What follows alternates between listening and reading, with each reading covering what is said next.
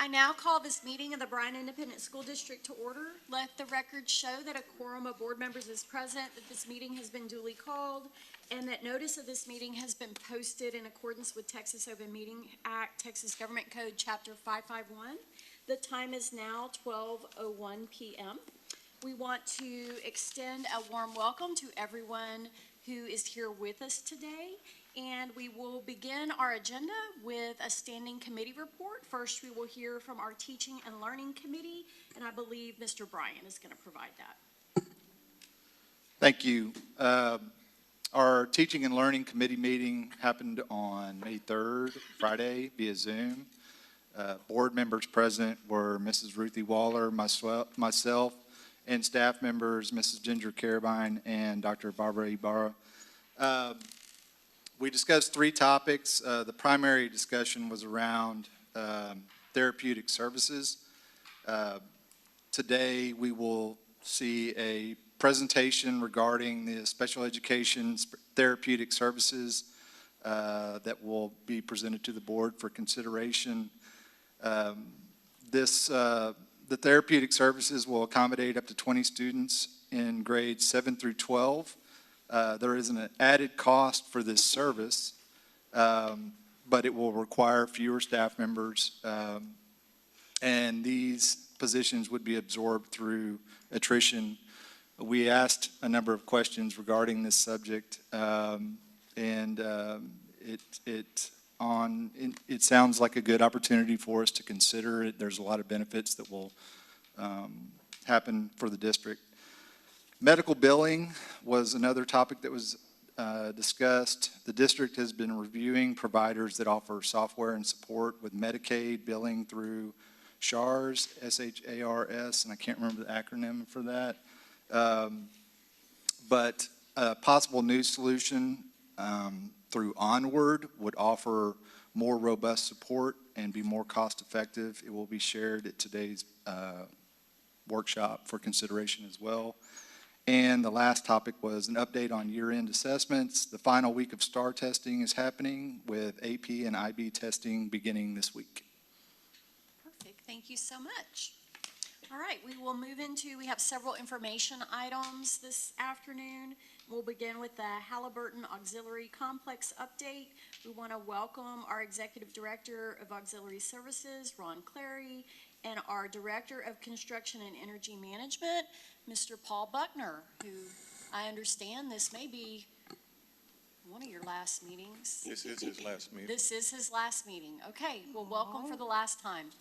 And I just want to start off by thanking Paul for the support of the maintenance department over his years with the district, and we certainly wish him the best in his new position across town.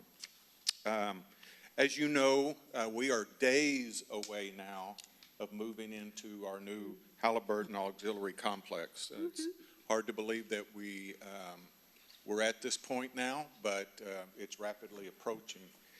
So things are really hopping, and it's really busy right now. Just as a reminder of what departments will be going out there, of course, maintenance will be housed there, transportation, custodial services, school nutrition, school records, and the district warehouse, which also includes the school nutrition warehouse. So with this project has been kind of a long time coming. Looking back at some of the stuff, we actually started design, I found in one of my notes, in 2020. But once this project kind of took off ground, we had our January of last year of 23, we had groundbreaking. Then, of course, groundbreaking went into the topping out ceremony in July, which it was nice and cool for the topping out ceremony. And then starting in May of 24, we're going to have maintenance and transportation. We'll start moving there at the end of this month. It'll be be a very chaotic week between end of school and start of summer school. That's really the first window we have to move those departments, so then it also doesn't affect Sadberry Phase 2 timeline, which starts June of '24 with, starting with the abatement and everything of the asbestos in those buildings, which will kick off phase 2. Sadbury phase 2, jumping on the timeline, right now it's shown to go through January of '25. That's kind of our worst case scenario. We have a wild card out there with the underground fuel tanks and what would have to be done with those, but of course that won't know until we start digging it up.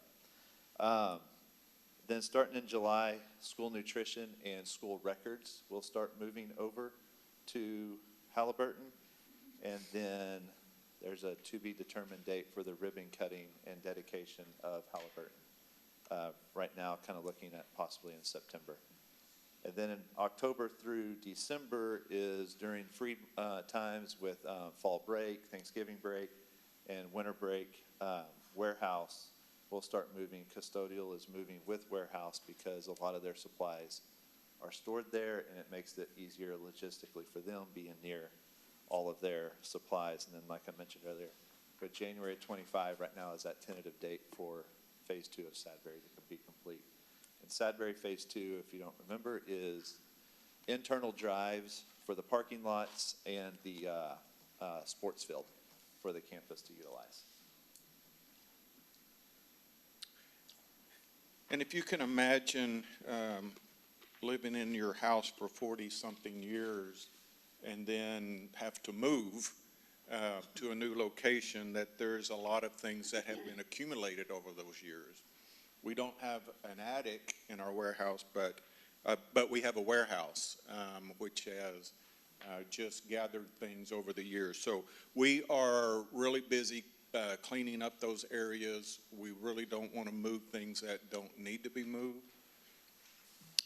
But in order to do that, things have to be disposed of properly, have to be sold through regulations, government regulations. So we contract with SWICO, which is an auction company, and then once it has gone through that process, if the items do not sell, or if the individual for some reason does not pick up the item after they purchased it, then it can be disposed of properly since it was bought with taxpayer money. We, through our procurement department, have rented pods, just like the one you see here in the picture, that we are moving things out to that will then be dropped at the new location and then emptied once we get out there. We're at this point, we will be able to send those items out to the new location, but not necessarily empty the pods until we get a certificate of occupancy. So that will be to be determined when that is able to happen. And then we've also contracted with some moving companies that will assist with the move. You know, during this time that we're moving, at the end of this month, we have a 1-week period between the end of school and the start of summer school. So transportation will be very busy because now we're going to be routing from a new location, which totally different than what we've done for the last 35, 40 years. So we have a lot of work to do. Work continues in the district, even though the move will be happening. So we have rented, or we've contracted with companies that will help us with the move to get the things over there, get the items out of the pods, and just get general items moved over to the new location. So we, you know, every bit of time that we have, we are busily getting these things done to get ready because, like I said, we're now days away rather than weeks and months. So a little bit has changed since the tour that was on Solar Eclipse Day. I don't remember the date. And for those of you who were able to make that tour with the Halliburton family. But as you can see, you have the front entrance in that top left, and then right next to it is the interior doors of the security vestibule. Below it is a portion of the rear of the maintenance building. Then up top is half of the professional development rooms. You see the wall on the left, that is a movable partition, and you can see the track in the upper right of that picture. So it is, that large room can be split into 4 rooms like it's been the whole time, or it can be separated into 2, however it wants to be done. And then on the bottom, you have some of the parking lot striping, and then one of the new bus lifts that's being installed. So as you enter into the security vestibule, as you go in to the left, and there is the reception window. Above the reception window will be the Bryan ISD seal, I guess, the logo. That will be on be the graphic above that window. On the right of that, you will have a photo of Miss Halliburton, just like it has. It's kind of changing a little with her name and everything right there beside her, and then below it, we'll have the information sentence, which is in the upper left of your screen. It kind of blows it up so you can see what that states, but it says, as we follow in Ms. Halliburton's footsteps, let us live a life of commitment, dedication, and loyalty while keeping children first, always. So it kind of on her life, as well as bringing in the Bryan ISD motto. Then a picture of the new freezer cooler going in there, as well as part of the warehouse. And then as you go into the professional development rooms, the training rooms that are there, on the left wall, the long wall, you will have this graphic at the bottom, which kind of depicts all of the different departments that are heading over there, with custodial, with maintenance, with transportation, having a classroom scene, because, I mean, it is, we're a school district, so the classes are paramount no matter in which building that we are in. And then up above was a kind of a family picture from our tour about a month ago. And then next, there's one more. And then at the bottom, this one, like that one was on the left wall. This bottom picture, that will be on the graphic on the right wall going into the training rooms. Any questions for us? And just a reminder, on the training rooms, they will be available for district-wide use. You know, that is going to be really nice, especially for large groups like transportation, school nutrition, custodial, that well over 100 members of that department each, that will be able to have their training on site rather than going to a school cafeteria. So, but then when we're not using it, which will be 90% of the time, it'll be available to outside organizations or to groups within our district. So we're excited about showing off what we've got over there. Ron, you said y'all might need some time before you get the certificate of occupancy. I know sometimes the city, if you talk to them, will allow you to move in, you just can't use it as a business, so they don't want people occupying it. So if it would help you guys out, it might be worth asking the question if we could start moving, if you need the time. If you've already got it, then it's no big deal, but I know that they will, if you talk to them, they'll often let you move stuff in. You just can't use it as a business yet. Yeah, we have started those conversations. Okay. Completely. We're just, the 2 main ones are the electrical inspection and fire. So once those are done, then yes, we have a little more freedom. Great. Those are slated to be done the end of this week. So. Okay, great, thank you. And we've conducted multiple tour sites with the stakeholders, the departments, and I can tell you everybody's really excited about this move. I bet. Thank you. Yay. Thank you. Great job. And thanks for your work, Paul. Be careful what you ask for, Paul. All right, we will now move to our second information item on the budget planning update. We welcome our Assistant Superintendent of Business Services, Kevin Besaw, and Associate Superintendent of Teaching and Learning, Dr. Barbara Ibarra. Yes, ma'am, thank you. So we are well in the process of working through budget planning and going through various things, various meetings. We've began back already in the late fall and has continued. But so today we're going to go forward and bring you some more information. We've had more meetings last week, but start with, we just want to remember our budget goals. Of course, we're trying to work through all this to support, high-quality instruction and resources, recruit and retain high-quality workforce, and support instruction.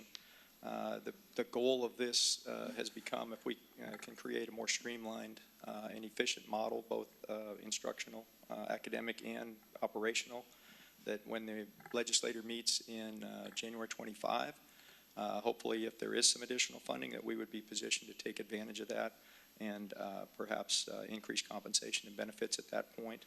Also working on maintaining a healthy fund balance, and of course safety and security remains a top priority, which we're working on as well. And this slide represents what we're looking at and the challenges that we're facing. And it's not just us, it's statewide. If you've Googled at all, anything about budget reductions or school financing across the state of Texas, basically these three items are the things that everybody is fighting with. You've got record inflation, the ESSER grants, which remember there was the COVID relief funds, those are ending. And then there's been no change in the basic allotment, as that's been well chronicled through the last legislative session, and then several special sessions. We don't expect at this point, we're not hearing that there's going to be any special session before the next one, which would be in January, the regular session in January of 25. And then when we look at the budget, of course, our budget, education is a people-oriented business. So we look at our total budget, about 86% of that budget is taken up with benefits, payroll costs, and personnel, those kinds of things. There's a small list there of the other 14%, which, utilities, substitutes, property insurance, supplies, contracted services. That would include our SROs, armed security guards, that type of thing. Some of that we can chip away at a little bit and make a little bit of progress, but in order to make much headway on a budget for an education business, it's going to have to, you look at the personnel and see what we can do in that area. I'm going to turn it over to Ms. Kuhn. So we have the TEA gives us a group of school districts that are comparable to us.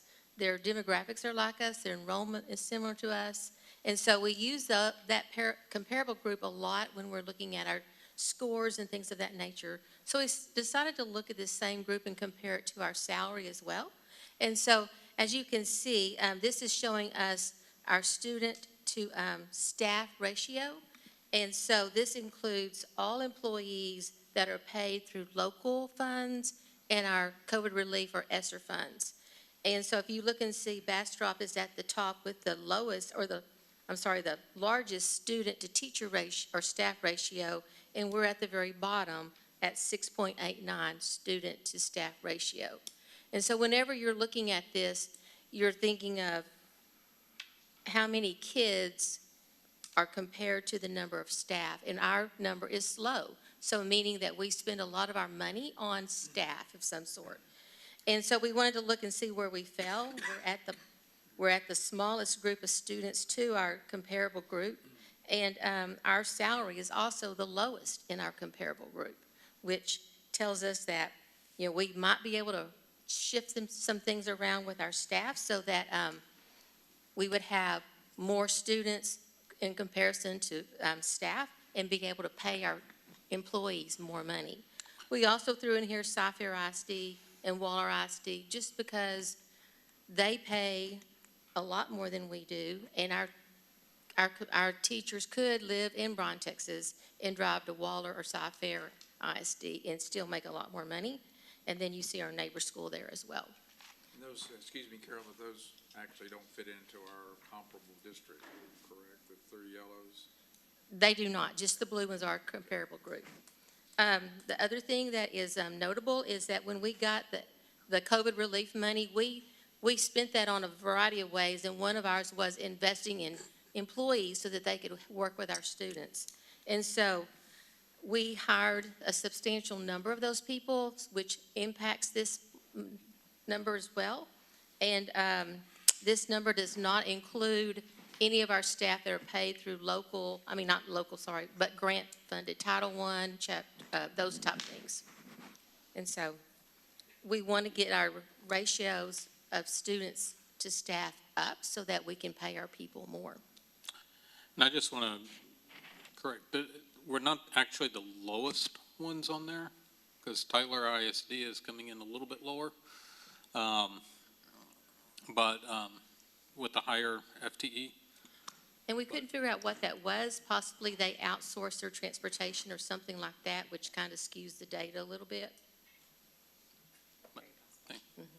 And I just want to clarify, so what is our teacher ratio, teacher to student ratio? Do you know that? Because So it actually varies by level. I think I asked this last time. and I forgot. Yes, So it does. Please remind me. It does vary by level.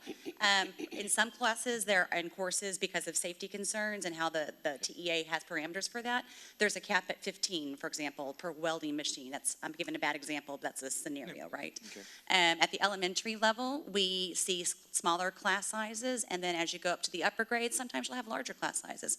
We don't exceed 30 in any situation. Most of our elementaries trend between 20, 23, 24, sometimes 25, it depends. That's usually the maximum level. Pre-K is capped by state and federal at 2 staff members to 20 in neat little packs of 22, right? So sometimes it ends up being less, sometimes a little bit more. But they tend to range in that same space at each level, and so that's consistent across those levels. Mrs. Kuhn's department works at the beginning of each year to balance those ratios across the district and to make sure that it's comparable across the district. And so are we actively not filling FTE positions? Because again, like you said, that's exactly what I was going to ask. It seems like we could, we don't want our students to not have services, of course, and we want Absolutely. That's why we have them there for a reason. I realize our FTEs aren't just hanging out, like I always say, eating bonbons. But Correct. if we could, it just seems that would be better shifted to the teachers. Are we just not filling in as they're retiring, or what are we doing to decrease the FTEs? Or So are that's actually coming up in just 2 or 3 more slides, if you don't mind. Yes, ma'am. We I can will wait pause till then. patiently. But it is coming. That's exactly Thank the you. right approach to it. As Mrs. Kuhn said, we did add positions during ESSER, every district did, because that was actually one of the parameters and the suggestions from the federal government and the state government to add positions responsive to the need of students after the pandemic. And of course, to incentivize the existing staff to maintain their positions. We all know there was a workforce shortage following the pandemic and COVID, and so this allowed districts to retain that high-quality workforce. But anticipating this moment and knowing that it was coming, as we've mentioned before, we've been working for a long time on getting a little bit more slim in some of these areas and making sure that we're being responsive to the fiscal needs of the district. So it began back in the spring of 2022. We fast forward all the way through to this spring, the fall and the spring right now. And we are working to do exactly what we just discussed. Where can we be more efficient, more streamlined, without compromising student opportunity and high-quality staff? And so with that, we went to the campuses. That was all during the month of April. Just a minute ago. We visited every campus and we asked them for feedback on what they thought we should look at. They just saw the presentation prior to this moment. We gave them an explanation of what's going on across the state, and then we asked for their ideas. Mrs. Carapine was very clear that she wanted everybody at the table providing input and giving us feedback. What we found is that the staff is very willing to help, and they really appreciated that time. So school leadership actually helped charge with us and went to campuses with us. But by and large, all of them were appreciative that we came and spoke with them. They did ask a few things. They wanted to know that we look at the district compensation, as they understood it's a budget crisis and we understand the inflation. We also know that their salaries have not kept pace with inflation because the state hasn't kept the funding in place or in pace with inflation. And so they were willing to do things a little differently to get that FTE ratio to be a little bit more comparable to the other districts across the state and compared to Bryan ISD. We did talk about class size adjustments. And when we say class size adjustments, we wanted to make sure we were very transparent. We're talking 1-2 students, not 5-10 students different, like very minor adjustments to class size ratios, if at all. And then, again, they came back to us with questions. So their questions, these are the ones that came across most frequently from the campuses. Why don't we consider a 4-day work week? That would save on utility costs. There's been a lot of studies across the state of Texas on this, some in doctoral programs, but then one here from the RAND Corporation, that when school districts did do that, they actually did not achieve any reduction, for the most part, in the budget. Utilities are still often run on those days. Your staff is still on contract, so they're coming into the building. You're really not saving on any costs. Now, could it be a benefit to attract staff to some of the rural areas? Yes, and that's primarily what it's being utilized for across the state. They did ask us to combine positions at central office. They wanted us to go first. We couldn't agree more. So Mrs. Carabine did that. We'll be talking about that here in a minute, and led the way for the rest of the district. Barbara, Yes, ma'am. sorry, but back to bullet 1. Yes, ma'am. Could you also explain, because of course, there's so much more to that 4-day, explain our relationship with Blinn and A&M and how it would be so tough to go to a 4-day work week? Well, we have students that are obviously taking dual credit courses across the district. We've got faculty in the summertime that attend various courses through for professional development for themselves, as well as just trying to further their credentials. And so when you go to a 4-day work week, it could have the impact of extending the school year into the summer months as well. And so that is also a concern. Not to mention the parental concern. I mean, we've all been here for the calendar conversations. We know there's lots of feedback because it's personal to each family and how it impacts them, right? And so a 4-day work week would be, we felt, very disruptive and without any benefit financially to keep anything going. There are other ways we can do it without being so radical. That's a great question, Mrs. Waller. The cost, they asked us about meals for students, and one of the things they noticed is that every student doesn't always eat their full meal, and if we were just more efficient with those things. And while that is a cost savings, it isn't a cost savings to the local budget. That comes from federal dollars, and it's a separate grant, even a separate bank account, so to speak. So that really wouldn't help in this situation. Reduce or eliminate outside trainers and professional development. Yes, we can certainly do that, but most of those things are funded out of the grants from the federal government, Title II, and does not impact the local budget. Certainly can do all those things, but it won't save you money on the local budget. The same is true for summer school services. That is grant funded, not local budget funded. Technology in the classroom also comes out of the grant. So does I had another one there, I'm so sorry. Shortening the school day to save on utility costs. That one would save, and we are looking at an energy conservation campaign. Those minutes of operations of utilities do add up, and even a minor adjustment of maybe less than 10% would still save the district about $750,000. So there are certainly things that we could do, but one thing they noted there with shortening the school day is we can't shorten it beyond that 75,600 minutes. That's required by TEA for the number of minutes that we provide school for students. And of course, there are some PD waivers, but you really can't go below that. So there's really not a cost savings that could be actualized there. And then they said, well, why don't you consider using some of those grants? Because every time we would give an example and say, well, that's actually grant funded. Like, yeah, but couldn't you use the grant for things that we do? And that's a great solution, but unfortunately, the federal government does not allow that. They call it supplanting, because that's what the definition of supplanting is doing what you're required to do, but using our money to do it. And that's not permitted or permissible. And so anything you've ever done, you can't fund out of federal if you funded out of local previously. Lots and lots of fun rules. Sir? Barbara, even if we could shift some money around with regard to federal, and I know you feel like, well, because of that, we don't really need to go into the value of these things, but a lot of these things, I'm sure you would agree, are valuable to us, like, for instance, professional development and Yes, sir. The trainers and even summer school. I've been, for a long time, been saying, I wish we could do more in summer because kids are behind, and that's how they can catch up. So those things, it's not just a matter of, well, we impact the budget and that's it. These are also, we would probably be hurting if we could not do some of these things. Reducing technology, yeah, maybe we don't need it all, but we sure are using what we have, I think. So it's not like we just go out and buy technology for the sake of buying technology. So I just wanted to throw that in, that it's not just a matter of, well, we might as well do it because we got federal money. It's also of value. Thank you, sir. I agree completely. And, one of the things that Mr. Besaw mentioned earlier, that education is a people-oriented business. While all of these are great ideas, they don't attribute to 86% of the local budget, which is people. And it's all about how we staff and how we can streamline those services while still maintaining all of the opportunities. So to get to that point, what can we do that will impact? And we can chip away at small things, but we do have to get to the staffing portion of it. Mr. Besaw worked with the district leadership team as well as campus administrators and came up with some things that we can do as a team that aren't staff, and then we're going to get into what we can do with staff. Mr. Besaw.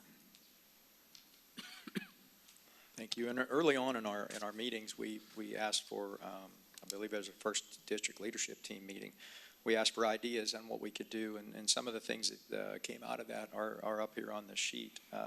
And of course, energy conservation is one. We're working on a process to streamline and make sure that requesting that is locked down. For example, just for one thing, coming back to school.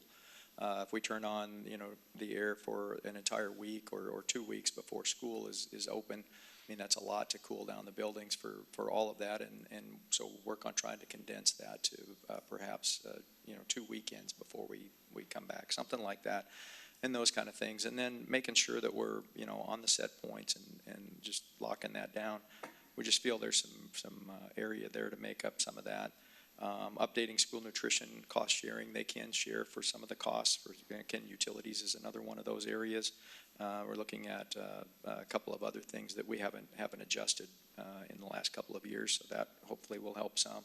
Cell phone stipends is one thing that they put on the wall as an option to get rid of. It's not much, but anything that we can do, we're looking at everything and anything. So.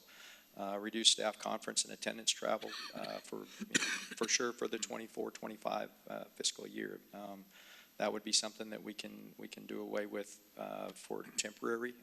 Do some of the things online, different options, but mainly looking at all of those things to try to, like as I said, anything and everything is a possible option. And then, of course, we get into the staffing and the other costs, and I'm going to turn it back over to Dr. Ibarra to go over some of that. Okay, so the staff asked at the campuses that central office look at their positions. Mrs. Carabine led the way, and we have taken a look at our positions. So when we talk about these positions, let me just explain first. These positions haven't been dissolved. Instead, we're taking a team approach. We're restructuring and balancing duties. And for the time being, we're going to do that. And we're going to see if and when these positions need to be posted. Maybe some do, maybe some don't. But we're going to proceed together as a team first. So let me give you the first example. Ms. Kuhn, after how many years?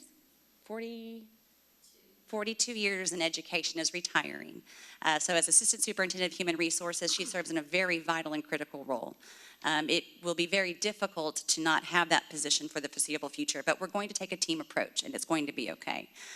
So as we transition to Skyward, a lot of us have already been at the table. Mrs. Johnson, Mrs. Lemons, myself. We've already been working with HR very closely along with Mr. Besaw, and so we're all just going to work together as a team, and we're going to continue along on that path for the foreseeable future until we can determine how we want to proceed with those positions.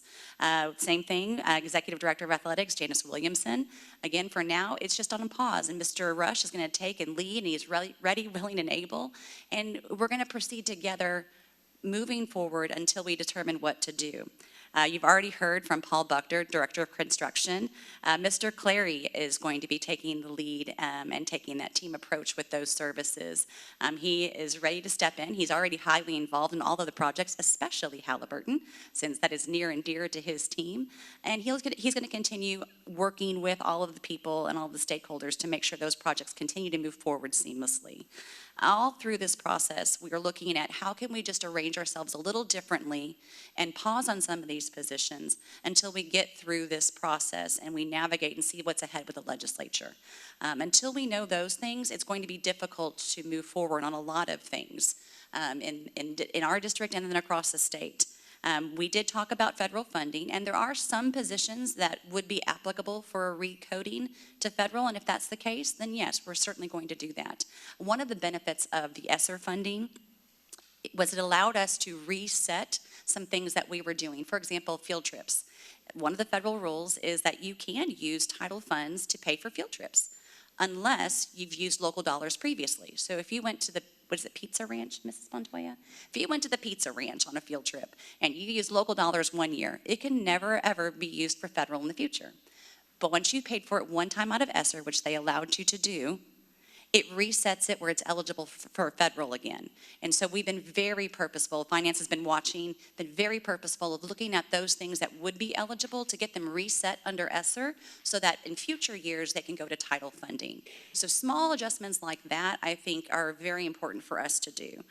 You'll also note there's something that we mentioned at a prior board meeting. The Board Teaching and Learning Committee talked about the fast dual credit savings where Blinn College passed that discounted dual credit cost to all across the state, and then Blinn adopted it as well, which will save us roughly over $200,000 for Bryan collegiate courses, and also a cost savings to families. So all of those things together from central office, so far to date, we're still looking, we're still going through attrition, we'll estimate about $1 million in savings to the local budget directly. So that's our first step. The next step is really all of the campus level. And we didn't want to do anything too radical. So school leadership worked with the campuses and worked with the administrators and all of the departments to really proceed with caution on how can we do a little bit where everyone gives a little bit, but we get a big gain in terms of savings to the district and no negative impact to our students. So I'll turn it over to them. Dr. Barr, I just want to ask a quick question. Does the majority of that $1 million savings come from Coach Williamson's salary? Is that where- I imagine she would love that, but no, sir, unfortunately, it does not. That's a very good question. Thank you for asking. All right, so back to staff-to-student ratio. So at the elementary level, principals felt pretty strongly at pre-K through 1 that we didn't want to up the ratios. But we're looking at upping at 2nd, 3rd, and 4th grade by 1 student. So looking at changing the staff-to-student ratio and adding an additional student to those ratios. Okay, at the intermediate level, and again, this is in collaboration with our principals, we will maintain the 7-period day. However, teachers will teach 6 out of 7 periods and removing the additional planning period. However, we have presented to our campuses different ways that we can still get that planning done during the instructional day. Middle school is following suit really with everything Ms. Goodman talked about for intermediate, except that we're switching to a 7-period day instead of an 8.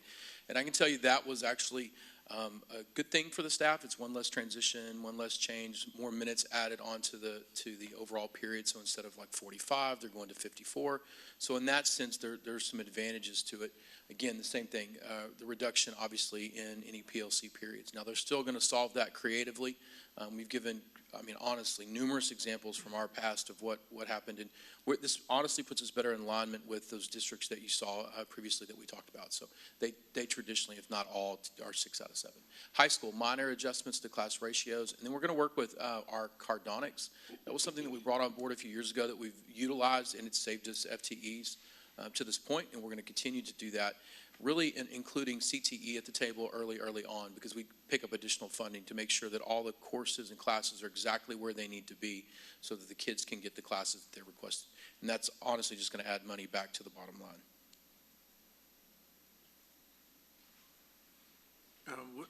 Yeah, I did have a question We've too. always been told 22 to 1, 22 to 1. How are we adding a student to 2, 3, and 4? So at 2nd grade, it will be a 1 to 24 ratio, and in 3rd and 4th, it'll be a 1 to 25. So that's with a waiver, or where they just are letting us do this?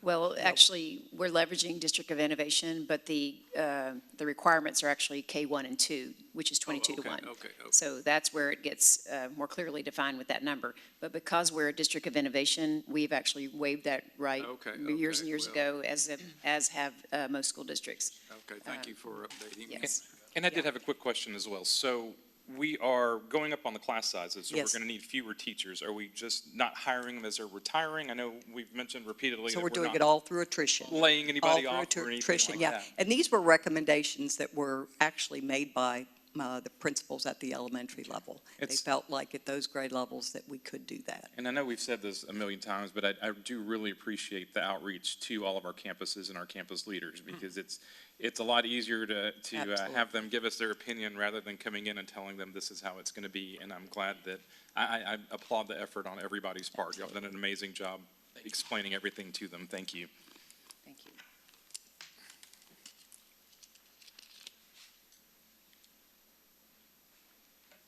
Thank you.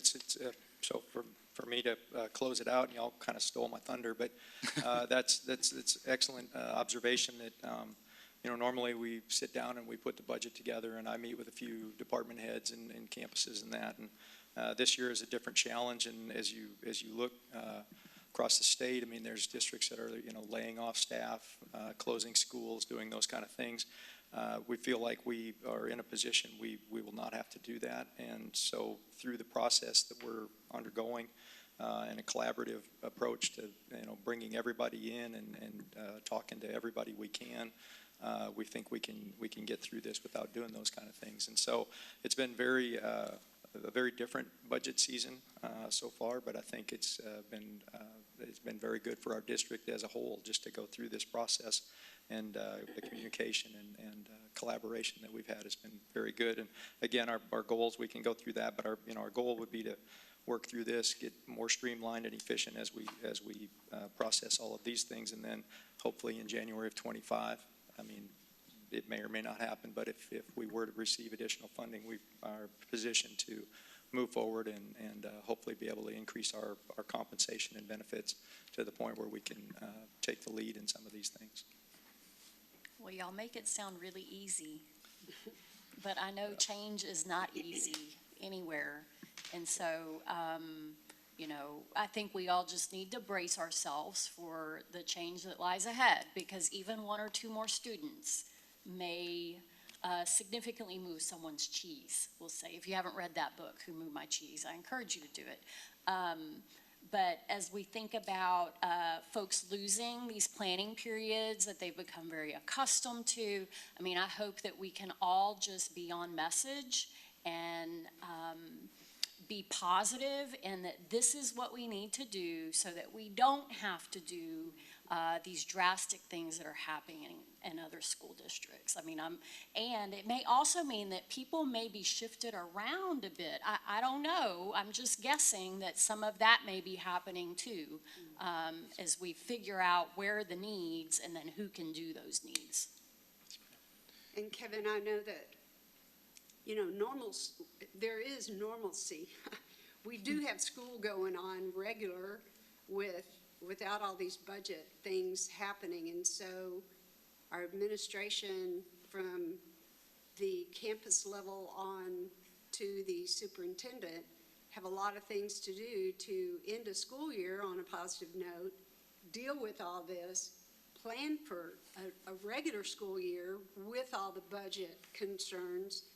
And so you guys have done such a great job keeping us informed, going to the campuses like you've been talking about today, talking to their administration, and then staff all the way to, well, every staff person involved with BISD. I think parents have been well informed, and we're still working on that. And the media, I mean, I've seen it on TV, I've heard it on the radio, and I just don't know how much more transparency we could do, but we're working on it. I'm proud for our administration and the way that they're rolling this out. And this isn't, I mean, hopefully once the legislative decisions are made in 25 and 26, there will be money back, and who knows what good things are going to come out of this, just like moving to the 7-period day. I think that's one less stairwell full of kids that administrators have to deal with between classes. And so, anyway, it's going to work for us, and there will be light at the end of the tunnel with the money that the legislature will graciously give schools. And looking forward to that day. So, but thank you very much. And I asked this last time, I ask every time about property. I'm a real estate guy, so when do we discuss, is that, I know I did see something on the agenda for later. Is it, and I want to ask the question because people ask me, well, y'all have this, y'all have that. We are not allowed to discuss a lot of the real estate in open session. Is that correct? Or can we, I've had people ask me, well, how much, we don't know what the district owns, we pay taxes on it. Is that something we can make public, the properties that we do own, that we're not utilizing, so that we're talking about being transparent. I think we've done an amazing job being transparent with everything else, but I constantly get asked about real estate owned and real estate owned. So do I need to ask to put it on the agenda? Is that? We can have a discussion about how to do that.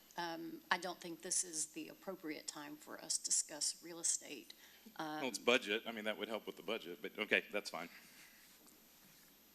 I think, Kevin, we need to also let our staff know that as a board, they probably haven't heard it, as a board, we're finding out ways that we can also make sure that the monies and the things that we spend money on, that we're also cutting back. So we're not just instructing everyone else in the district to do it.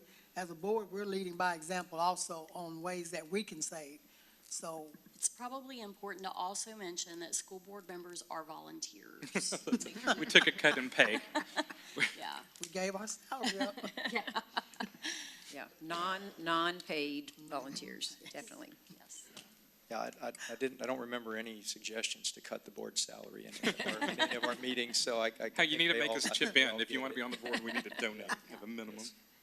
I bet there's no suggestions, Kevin, to add any money to salaries either. You're safe. Thank you so much. Okay, thank you. Yeah, thank y'all so much for your work.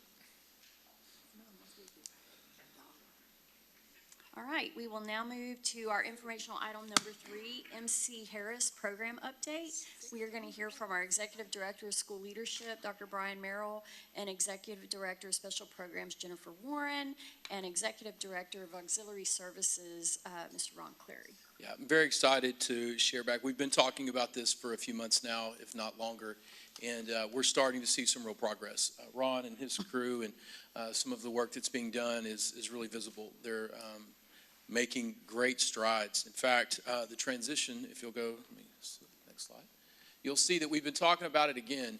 And so we're talking about 3 campuses, the Milam campus, the Hammond-Oliver campus, 1-story annex, and the Hammond-Oliver annex 2-story. And so what we're doing is we're obviously combining. So we're taking what was at 2 different places, that being the 1-story and the 2-story, and we're moving it to Milam. There's so many benefits. In fact, we took a tour this last week, and we took the MC Harris staff over there, and they walked the building, and it was magical. Just to be honest, for them to get to watch, and it was magical for a couple reasons. Number one, the SPED staff was there, and I want to compliment them on just their handling of the situation from beginning to end. They were walking around, dreaming with them, talking about having kids back in that building and what it would mean for them and what it would look like. And so from the first moment we got there till the end, and people just lingered. Karen and I both just said they're not leaving, and they were just sitting in the front talking about what this could be and what it could look like. Would you set up a time for Yeah, we'd board love members to. that want to go? I would love to take a look at it. Absolutely. And we're back to being that community. It's a wonderful community if you know it at all. It's just really beautiful. There's so many parks around there, and it was just fun to get to look at it. And so that's one benefit, obviously better for the kids. They want a bike rack because they live close and they want to be able to bike to the school. That was a request that the kids actually made. So when you hear them talking about those things, you know you've done something that really has hit home. So we're taking those 2 buildings and we're combining them into one, and that gives us a lot more room.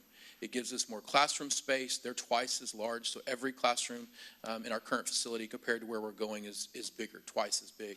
It gives us additional spaces. We have a gym. We have a large group area, instruction area. We have a cafeteria.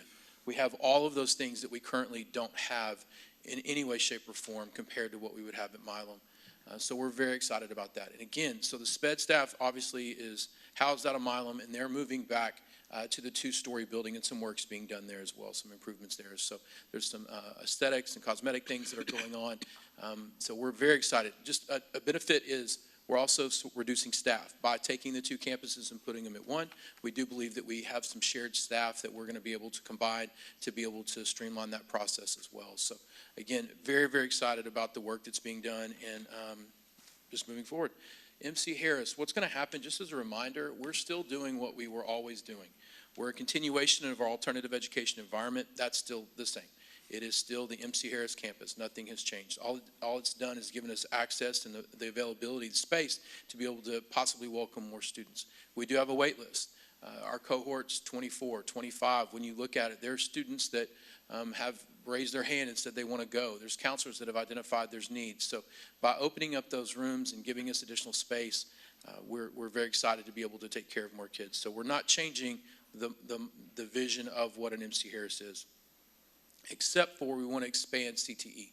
And David Reynolds has been talking for years about this. You've seen it at graduation on the back of the catalogs and of the flyers and everything that the kids want to be able to do with CTE. And so by positioning the campus where it is and giving us the additional space, we're going to be able to introduce at least these three, if not more, and still maintain some connectivity to the campuses where applicable and appropriate. So hospitality and tourism, which is not something we currently offer, and it would be something we could accentuate there and make maybe unique. Entrepreneurship, and then ag mechanics. If you're familiar at all with ag mechanics, it's like a catch-all. It's a beautiful thing. It would allow us to introduce some things that would really get the kids at least introduced to it, if not certified in welding or some other areas that they would get potential jobs in. So we're, again, very excited about the potential that we could not do at our current facility. We looked at everything. We had our various different individuals look at whether we could add portables.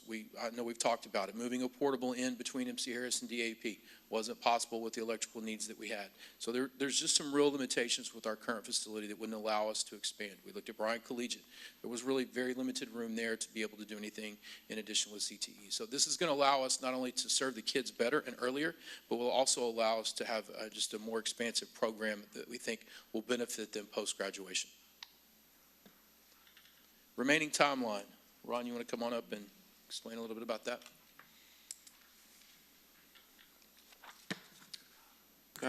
In preparation for the move, we've had several meetings with the stakeholders that will be involved in the new facility.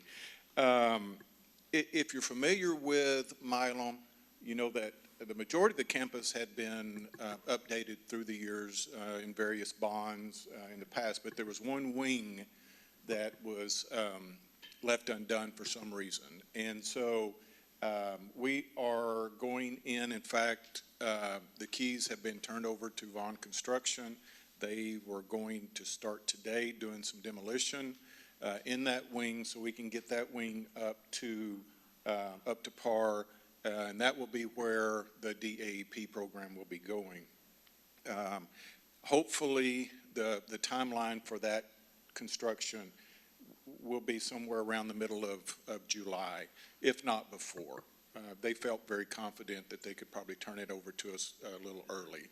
So we're shooting for the 1st to the middle of July to get that back. And then in the meantime, we've got some planning to do and some work to do with the stakeholders on the actual move to the different facilities around.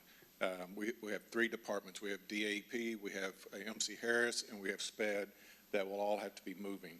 So we've got some planning to do on that part, but we'll get them moved. What is the extent of the demolition? Is that mostly interior? It's all interior. During the freeze, I believe back in 21, there was some damage to that area. With ceiling tiles, with flooring. That whole wing just has never been updated like the rest of the building. It sounds like it's just cosmetic. It's all cosmetic. Okay. You know, we'll be replacing restroom fixtures, toilets, mirrors, water fountains, ceiling tiles, painting, carpet, and floor tile. That's the extent of what will be done. And I'd like to interject and remind everyone that we had money set aside from the 2014 bond that was actually dedicated to the Milam reconstruction and renovation.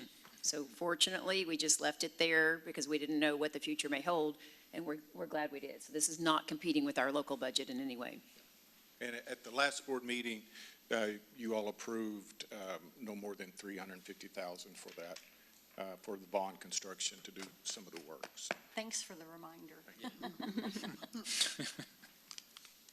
All right, any questions? I believe that's the last slides. And Dr. Casper's here, and obviously to answer anything that you want, Ms. Warren, as well, if you have any questions for us.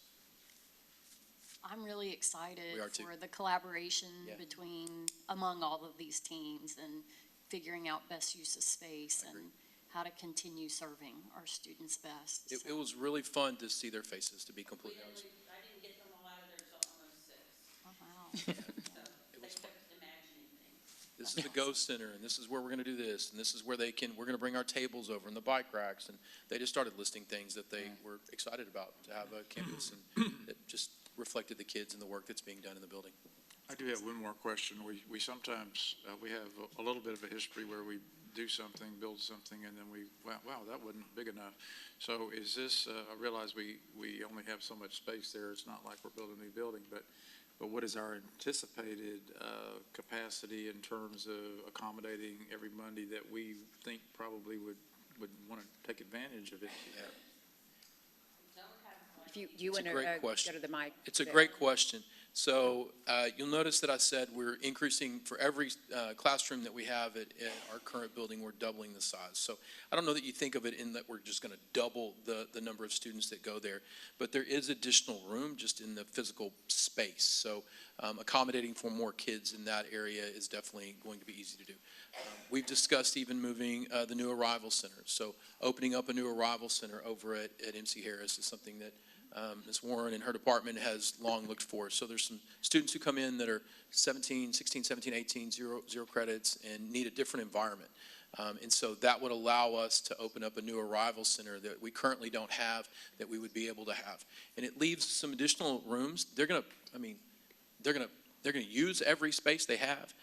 To be honest, it doesn't mean that those spaces can't be moved down the line to accommodate something different. So for example, there's a large choir room.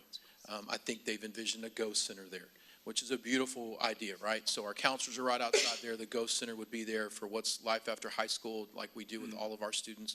That's a really large ghost center.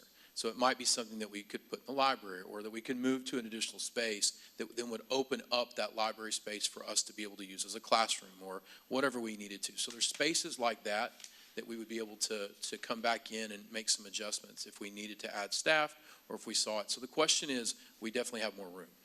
Exactly how many is probably difficult to nail down. When we look at the waiting list just for the class of 25, how many would you say are on there? There's probably about 50 right now on the 2025 waiting list. I send out letters like every other day, asking, telling people, come on, you're accepted. So I sent out 4 letters last night to 2025. So we're just chipping away. So as one leaves, then we invite, a couple more is the way it works. So we would be able to look at that once we get into the space and, just for practical terms, how many do we graduate over the summer? What do we look at class of 25? We're about to have, obviously, the end of a semester, so we'll know who's behind then and start reintroducing it. And so to maintain our alternative placement, we obviously look for students over the age of 16. So we will continue to do that so we don't adjust that for obviously a lot of reasons.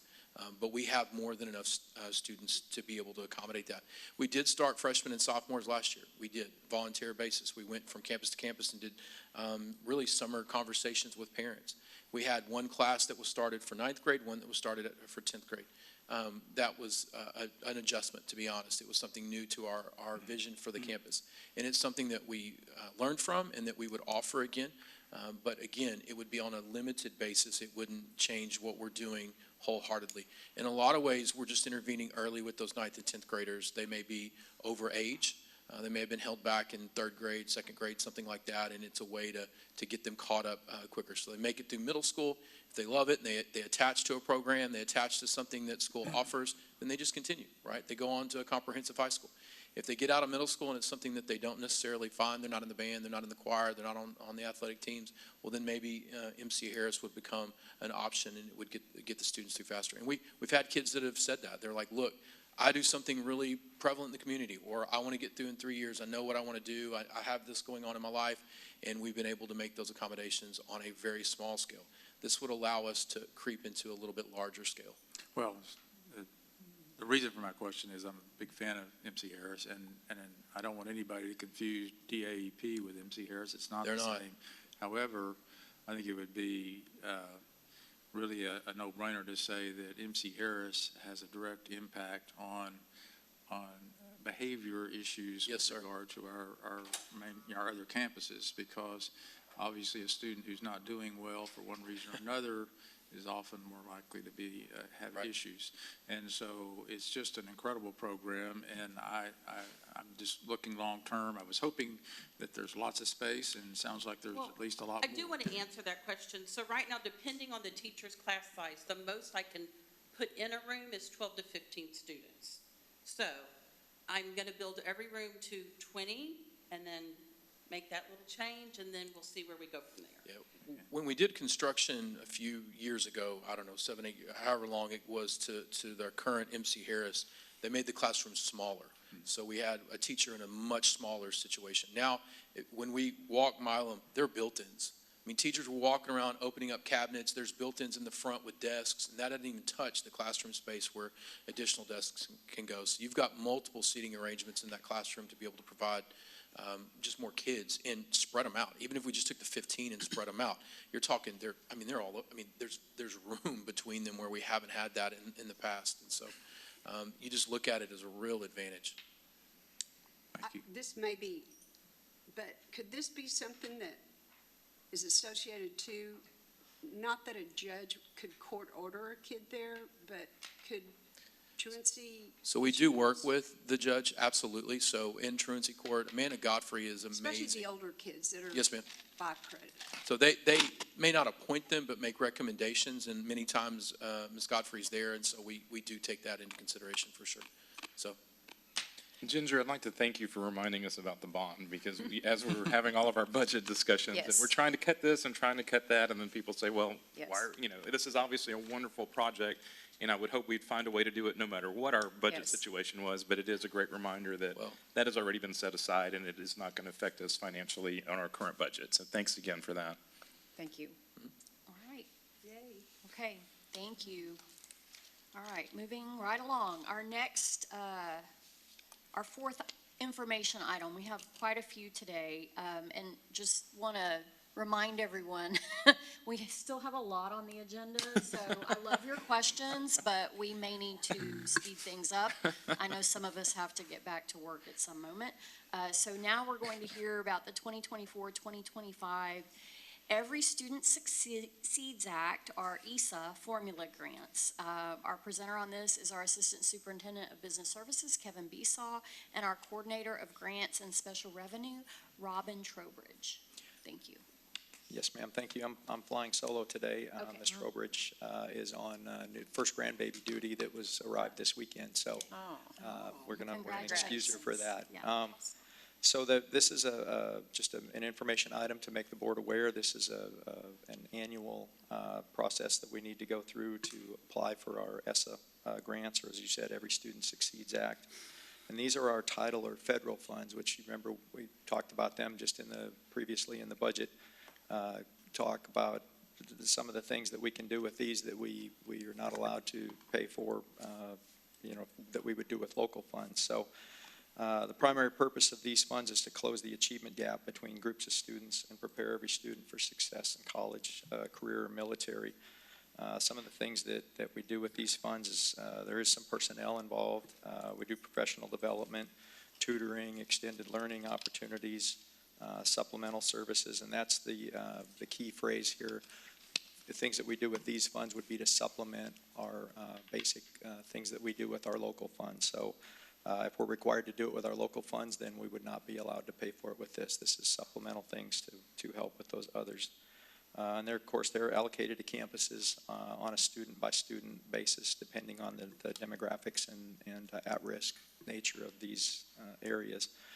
But basically, they're used to, improving our basic programs, education of our migratory children, and programs for neglected or delinquent children. Some of the others in Title II is high-quality professional development to recruit and retain support teachers and leaders. And our Title III we use for English language acquisition, some of our English learners in that area, just to supplement the things that we do on an everyday basis, but for those that need a little more, a little extra support. And of course, this process would go through, we do campus needs improvement plans, or a campus needs assessment, and then their improvement plans, which they'll be part of the application that we go through to do that, and parent and family engagement is another part of this. But all of this will be posted then, of course, on the website. There's community feedback and parental feedback on these, as well as the campus plans and everything that goes into that. So this is just another part of that process to allow us to go through with the application that we've made the board aware that we're going to process this. Okay, any questions? It's a very good brochure, by the way. Yeah.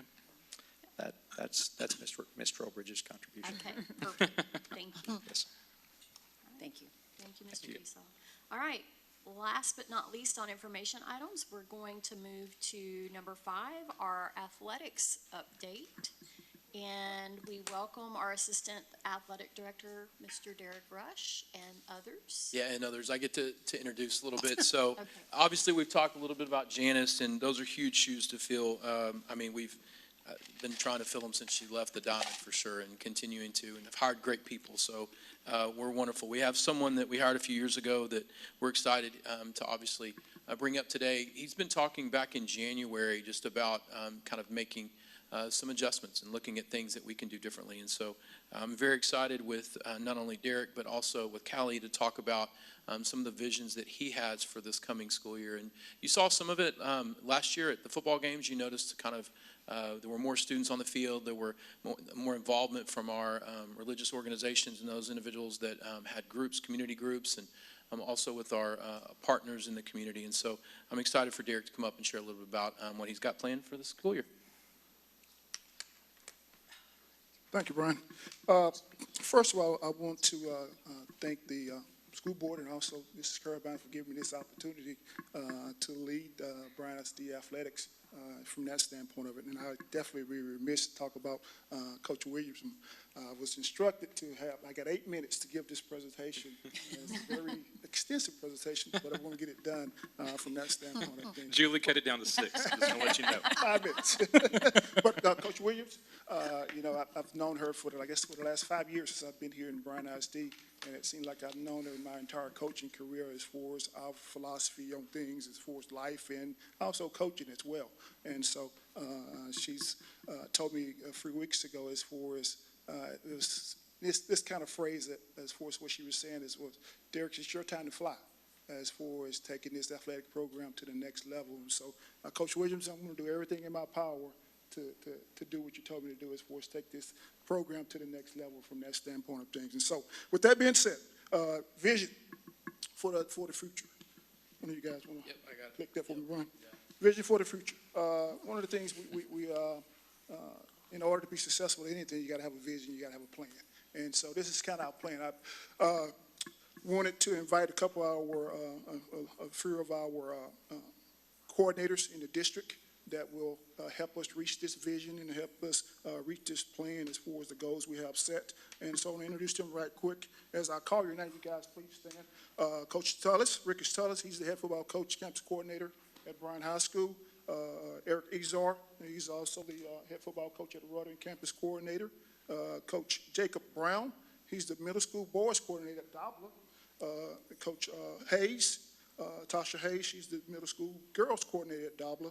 And Coach Katie Thorne, she's the SFA middle school girls coordinator. And we're currently seeking a middle school boys coordinator for SFA from that standpoint of things. Also, we have Jamal War, who is the boys and girls AD for the Boys and Girls Club. And also we have Roderick Harris, who's the founder of the Brazos Valley Youth Sports Association. So these guys are going to play a huge role in the structure of our future and when it comes to athletics in Bryan ISD from that standpoint. So I wanted to get them here to let you guys see them as far as the role they're going to play moving forward as that's concerned. May we give them a hand, because we want y'all to do everything y'all can. All right, next, again, alignment for athletic success. You know, in anything you do, as far as if you're building or you're owning a business or whatever, you got to have a strong foundation, and from that standpoint of it. And so my vision as far as building a foundation for Bryan ISD athletics is starting with our youth, our elementary kids from that standpoint. So if you look at the slide there, you look at the bottom. It starts with the Boys and Girls Club and the Brazos Valley Youth Sports Association and others, and also it starts with the City of Bryan Youth sport programs. Those are different programs throughout the city. I would be remiss to probably say that 85, probably 90% of our young student athletes come through the Boys and Girls Club and also the Brazos Valley Youth Association. And so we really need to partner with those guys in making sure our kids are learning the fundamental skills they need to be successful. And that's going to be one of my main focuses of getting that done. And also at the elementary schools, again, we're talking about the alignment of being successful. I mean, if you go from all the successful programs around the state of Texas, I think I mentioned that a while back when I was first started coaching in Odessa, Texas. This was the alignment piece. As far as it started with the youth programs, and it went to the elementary schools as far as those elementary teachers teaching fundamental skills to those kids. I know our elementary teacher has certain teaks they got to cover, those type of things, and definitely we're going to get those in, but also we're going to be teaching fundamental skills with those kids, be it volleyball, be it soccer, be it volleyball, be it football, whatever that may be. And also, we're also going to be restructuring our pre-athletic classes at the intermediate schools as well. And you look at the middle school athletic programs, and then you get to the high school. And so that's going to be our alignment. That's going to be our focus as far as moving forward with the success that we're going to be having. Next slide. Boys and Girls Club. Again, we talked about that partnership. Also, we talked about the partnership with the Brazos Valley Youth Association as well. Next, Coaches Academy. That's crucial. What's one of the things you guys already know as far as the shortage of teachers and coaches we've had across the state the last several years. And so how that's affected us, we had to go out and hire a lot of first-year coaches, and especially at the middle school level. And so what can we do about that? The question is how we're going to attack that and how we're going to get our coaches coaching to a level of success. And first thing, we're going to launch this in September, Coaches Academy. And this Coaches Academy is going to be geared toward first-year coaches that are in Bryan ISD, middle school coaches, and also student teacher coaches who have a desire to come to Bryan ISD. And we're going to be meeting with those coaches bi-monthly via Zoom and also in person. And we're going to give them the tools necessary to be successful coaches when it comes to communication with parents. We're going to be talking about those type of things. When it comes to practice schedules, how to practice schedule, those type of things, and also how to coach instructional fundamental skills to our kids. And so we're going to be providing these coaches with the tools to be successful for our school district in order for us to get the athletic program to the level Coach Williamson want me to get this program to from that standpoint of things. Okay, next slide. And again, well, I'm going through this pretty briefly and pretty broadly, but if you have any questions or concerns, meet me after we get done, and I can definitely sit down with you and discuss more detailed part of these things. Middle school preseason coaches clinic. This is one of the things we're gonna strive on as well, as far as before each middle school starts their practice. For example, volleyball season. The high school coaches are going to come over, or the middle school coaches are going to go to the high school coaches, and they will have a 3-hour coaching clinic based on the technique, fundamentals, drills they want those middle school coaches to teach those kids. Then you get the basketball season. Before they start practice, that head basketball coach at that high school is going to call over the entire middle school coaching staff who are coaching basketball, and they're going to have a 3-hour clinic talking about the technique, terminology, fundamentals. They want those kids to learn from that standpoint. So that's going to be crucial in developing our middle school kids to get them in line to when they get to the high school level. All right. Touched on the Freeman School Sports, the restructure of the sixth grade pre-athletic period.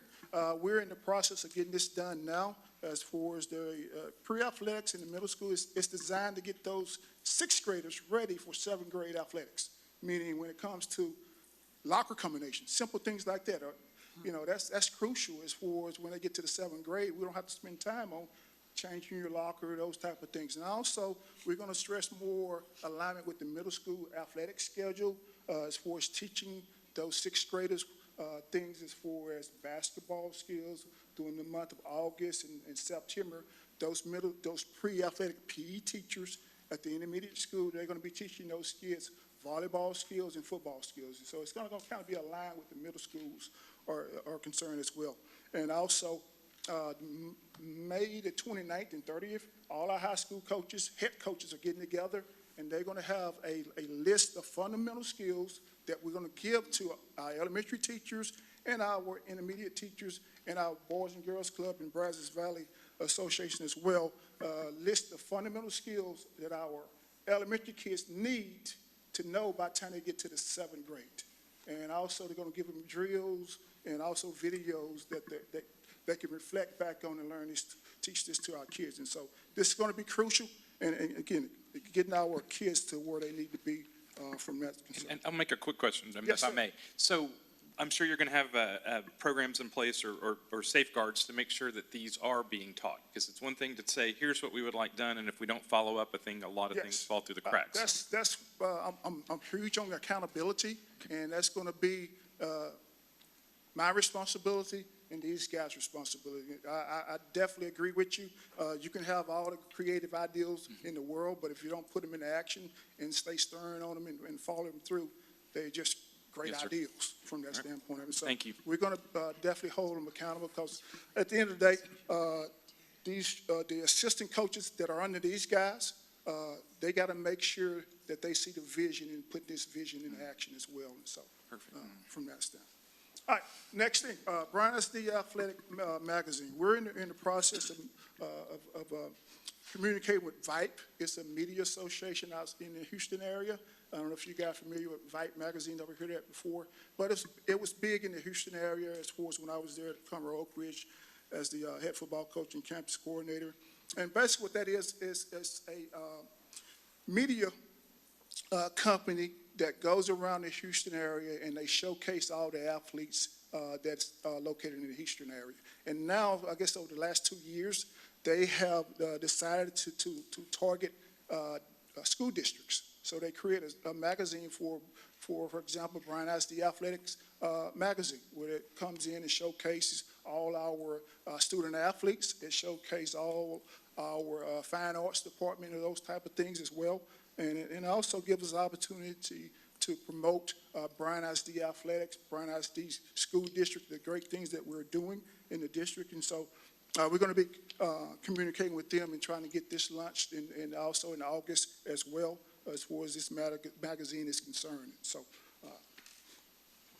next thing we're going to be doing is the meeting with our booster clubs. It's going to be crucial moving forward that our booster clubs play a huge role as far as financially with our athletic programs.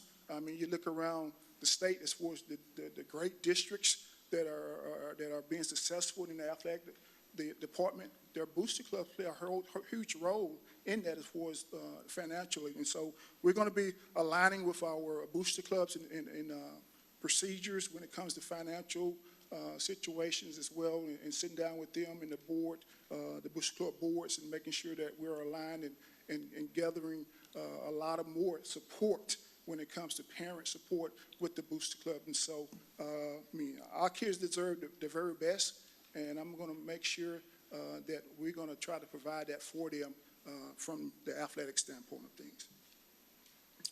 All right. Hi.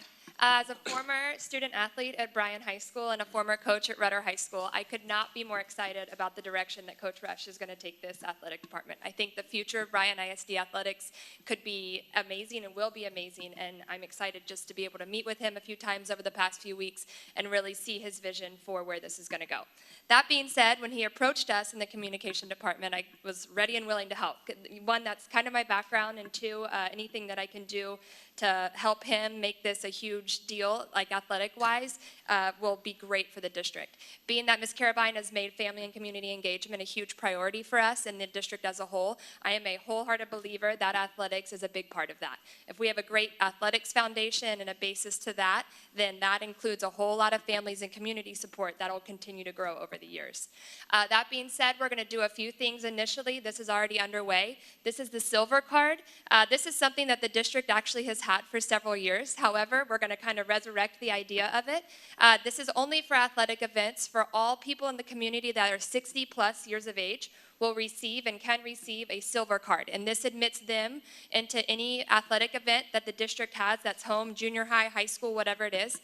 They will be able to get into our games. And it's just a way to encourage people and support and within our community to come and support our athletes. Obviously, like I said, as a former athlete, the more people you have in the stands, the way more fun it is to play. And you have pride in that, and that obviously builds. Brian. Thanks. Secondly, social media, and this is kind of where our department comes into play as well. Social media is huge these days, and any time that, whether it's a program or a department, Bryan ISD for one, our social media platform has grown exponentially. That being said, our athletic teams, we're really going to set a new standard for them, go through some trainings with some assistant coaches and allow them to kind of get what it means to be behind the social media platform and really promote their program. Honestly, if you don't win every game, that's fine, but if you are present on social media, people think you're winning every game. And honestly, that what that looks like is huge. Yeah. And so honestly, if all of our programs can kind of have that front on social media, that's really going to help the overall vision of Bryan ISD athletics. Okay, Kelly, I want to correct you. We're going to do our best in winning every game. I understand. Callie, Callie, it does that. matter. Yeah, when it does matter. So again, we're not in the moral support, but you guys do hear that, Coach Tullis. Every person behind you cringed when you said that. Yeah. We're going to win. We're definitely going to do that. Moving forward, Bryan ISD Sports and Coaches. I mean, these are the sports programs that we offer at Bryan High School. Again, I'm not going to read all through those programs in sports, but I just wanted you guys to see those. And also, next, same thing at Rudder. These are the sport programs that we offer there at Rudder, as concerned, and the head coaches as well. Okay, looking ahead, these are important dates that you want to jot down or whatever, and moving forward. So Bryan High School's spring football game will be on May the 16th, and also Rudder football game will be on May the 17th. The Booster Club, Rudder's Booster Club meeting is going to be on May the 14th, and also physicals at Bryan High will be offering physicals on May 15th, that's huge. And it's also, we're going to be partnering up with Felicia Benford as well when it comes to physicals in the school year, as what's getting that lined out as well. Another key date is our community prep rally. Will be that Friday, August the 9th. Dr. Bryan always do a great job of that community prep rally. We also want to, at that time, we're going to recognize all our high school coaches and middle school coaches in their staffs. And so that's going to be vitally important that it's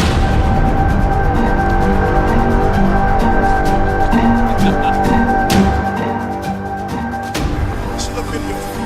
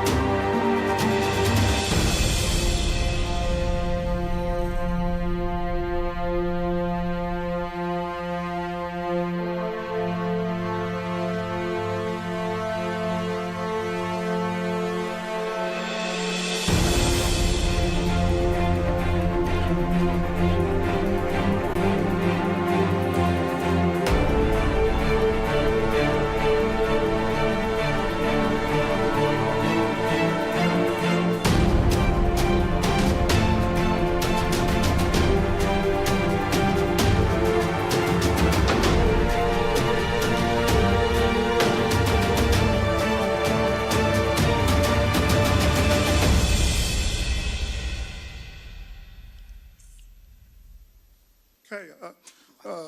Again, I'm definitely excited about the opportunity to lead this district when it comes to athletics, and I'm excited about it. And whatever it takes for us to get these programs to the next level, we're going to strive to do that. And because the kids in Bryan ISD, they deserve it from that standpoint of it, and we're going to make sure that our coaches are doing their job and making sure that their kids are being taught fundamental skills and also being taught character education as well when it comes to doing things right in the classroom and at home and those type of things. And so we're definitely excited about that. And moving forward, like we always have had, an open door policy. So if you have any questions or concerns, again, we're again, taking this athletic program to the next level from that standpoint of it. And if we have any ideas or thoughts, feel free to reach out to me. This is my office number and also my email, and I'll be more than happy to sit down and address any concerns or not only concerns, just thoughts in general as far as how we can get this program to the next level. So thank you, guys. Thank you. Thank you.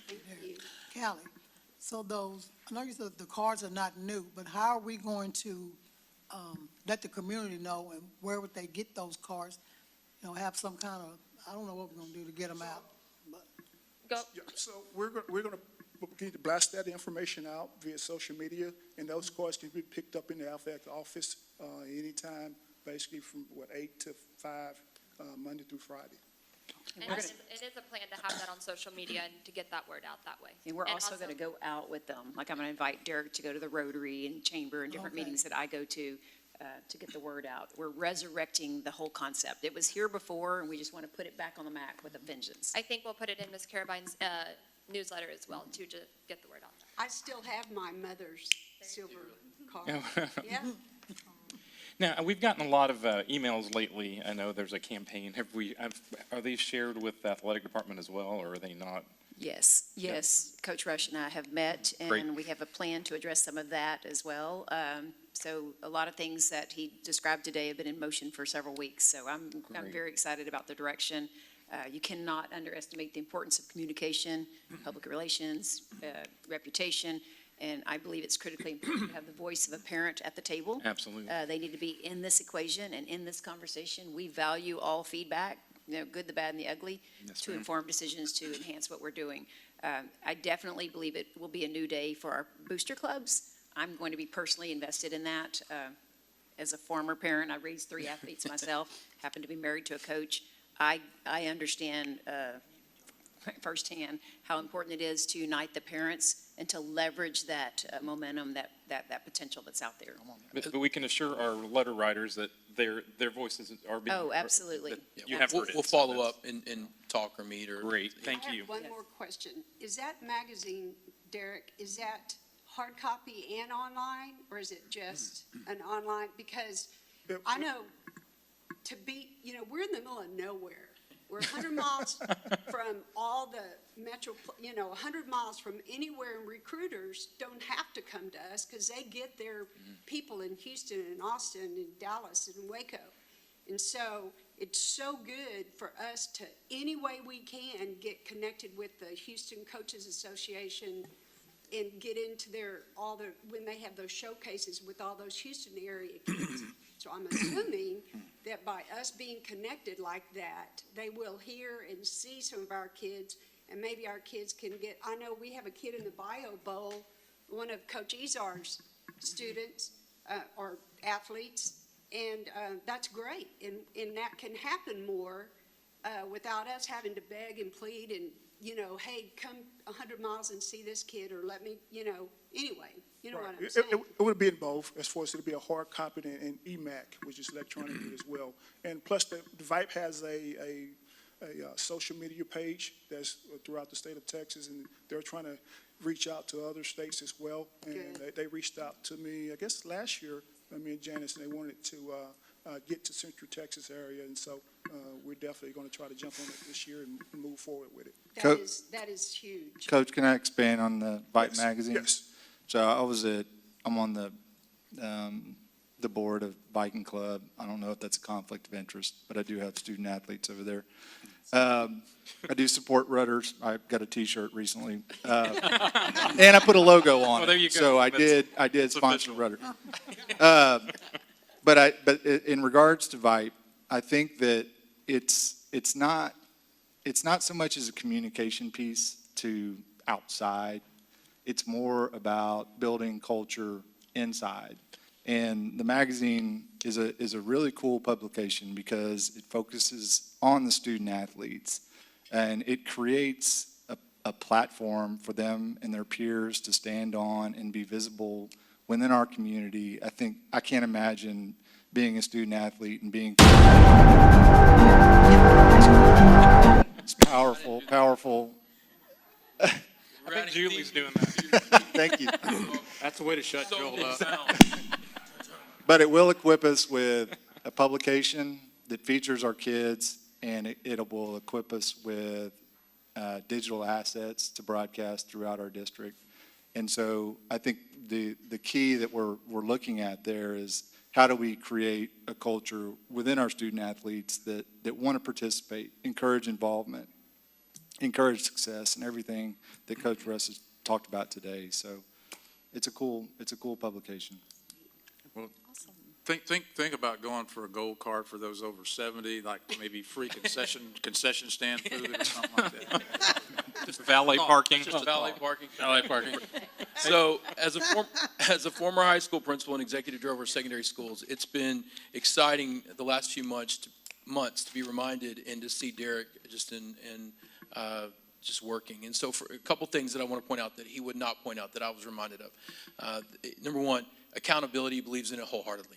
Like I've heard that time and time again, which is exactly what we need. Highly competitive. You heard it very quickly. He changed, not to pick on it, but he definitely is competitive. And I would point out just the track record that he's had. Just in each time coming into a program and taking them from where they are and then building them into a playoff contention program and working with coaches. So we're so excited about that as well. And then attention to detail. And so I've just noticed over the last few months what that means as far as just our program and those few things. And he wouldn't dare say this, but he was a 2-time state champion. And so I did not know that. He didn't put that out in the interview. But you look at that and you think about who he is as a man and what he's looking for in this program with his children here and all of that. We're just very, very excited with our coaching staffs that we have in place to be able to put everything together in alignment to be able to bring success just competitively and yearly. So I'm very excited about it. Thank you. I think that athletics has definitely raised the bar as far as information items. Mr. Besaw, you might want to think about a video next time. Close out financing. I'm just As afraid long as it's free. I'm afraid y'all are going to give Julie like a playing off music. So when we're going on too long, like at the Oscars, she's just going to play it. I think this will be the last time we have this many information items in the workshop during lunch, but they were wonderful. Thank you all for sharing all that information, and we look forward to hearing more as we go throughout the summer. So with that concludes our information items. We'll now move to citizens' comments. So citizens may make comments about topics relevant to district business. Topics should be limited to 3 minutes, and comments concerning specific students or personnel will be heard in closed session. Do we have any comments, Ms. Lee? No, ma'am. Thank you. So there being none, we're going to move right into our consent agenda. There is one item on the consent agenda, and as a reminder, if we want to discuss this item, we can pull it off the consent agenda. So if there are no concerns, do I hear a motion to approve? I move approval of all the items listed on the consent agenda. Second. Thank you. It's been moved by Mr. McCall and seconded by Ms. Binford. All in favor, please say aye. Aye. All opposed, please say no. Motion is approved. Right, next we'll move into our items for discussion and our action on our regular agenda. First, we have business services. Discuss and consider authorizing the superintendent to negotiate and enter into a contract with ESS South Central LLC for the provision of substitute staffing services for the 2024-2025 school year. We welcome our HR Assistant Director of Staffing and Employee Leave, Ms. Angela Behrens. Thank you. Thank you so much for having me this afternoon. I want to talk with you about our partnership with ESS. We've been partners with ESS since 2019, and they hire and train and recruit and manage and fill all of our substitute vacancies that we need in our district. And they've done a bang-up job of that. We have 2 full-time local staff members for ESS. One is their account manager, and the other is their recruiting and marketing person, and they're both full-time with us. We have those people that the account manager actually does a new employee orientation for all of the new subs, and that orientation is done several times a week, and it gives the subs information on how to do things the Bryan way, how we take attendance, what our safety looks like, all of that. And then in addition to that, the subs have to go to a new employee training as well. And that's done by ESS trainers that are nationwide. They do that online. And that training includes things like what do you do if a teacher doesn't leave lesson plans, or some classroom management skills, those types of things that subs need. Both of those trainings are done not in a traditional 9 to 5. Some are done during the day, but some are done in the evenings, some are done on weekends. So they make it as easy as possible for subs to get these trainings so we can get them in our classrooms as quickly as possible. In addition to that, subs who want to earn a little bit of extra money and sub in our sales or best classrooms can get a $10 bump in their daily rate for teacher subs if they do a special training in special education. And that training is taught by former certified special education teachers. So it's just a great benefit to our district. ESS doesn't follow the normal 9 to 5. They have a call center that calls subs in early in the morning and late at night and on weekends, so that we've got those vacancies first thing in the morning filled by people, and so our classrooms are covered. And then they offer low-cost benefits to all of their employees. We were never able to offer benefits to our subs, but ESS does. And another benefit that ESS offers to our subs that we can't offer is they pay their subs every Friday. And so those subs are getting a paycheck every single week, which is really nice for them. And then in addition to that, a benefit to all of us is they have a referral program. And so if any of us refer someone to be a sub, and the sub completes the qualifications to do that, we receive a $100 referral bonus. So that's kind of nice for all of us. So let's talk about why we need subs. Since 2019, the average request for subs has increased by 57% in the daily requests for subs. They've gone from an average of 86 per day to an average of 135 per day. And the average absences just since March 1st has been 168. It is not unusual for us on a Friday, a sports week, something like that, to need 300 subs. Wow. That is not unusual at all. And so this is why we need a program like ESS to provide us subs. So let's talk about how many subs we actually need. Since 2019, if we go back a little bit just to give you a little history, in 2019, when we started with ESS, we had a couple of little hiccups with some of their local management and that kind of thing. But once we got our local management team in place that we have now, and they are just rock stars, they started really rocking and rolling and trying to hire subs. But in 2019, 2020, they only hired 99 subs. Since then, they're averaging about 58 subs a month in our district now. Their goal is to have 500 subs active all the time for us so that we can keep our fill rates in the high 90s. And right now, our average overall fill rate is 79%. For teachers, it's 81%. We've asked them to break that out because we've asked them to make sure that they cover teachers before they cover IAs whenever possible, because we feel like it's just imperative that we have a teacher in that classroom. And the average since March 1st is 88%. So they're really rocking and rolling with getting more subs in place right now. Just as a tidbit, today's sub fill rate was 82%. So they're doing really well, and we have 410 active subs today. They make sure they cull out the inactive subs, so that's an accurate number right now, 410, and that's the highest we've ever had in the district. So they have made a commitment to us, because ESS is a really great partner. They've made a commitment to us to make sure that they can help us to save some money. And one of the things they've done is they've reduced their contract cost to us. So it was 1.29%. They've reduced it down to 1.27%. And then in addition to that, in the fall, we're going to switch over to Red Rover as our absence management program. Right now, we're using Frontline. We're switching over to Red Rover. ESS is going to hold the contract for that. And so between the cost savings from the contract and the Red Rover, it saves us a direct cost of $40,000 in savings. So that's a really big savings that ESS is helping us with. Just to give you a tidbit on Red Rover, one of the reasons we're switching to Red Rover is because it interfaces so well with Skyward. When employees put their absences into either Red Rover or Skyward, they talk to each other immediately, and you can see your leave bank in real time. We can't see our leave banks in real time right now, and so because, it comes with pay periods and all of that. And so this will be a huge time saver for our payroll department, but also it'll be a really great thing for our employees to see their own leave banks right away. So I guess that was my one question through the slide deck was with Red Rover, are we going to train are the teachers going to have one place to go and submit their absences and then it will feed over to Red Rover or vice Yes. versa?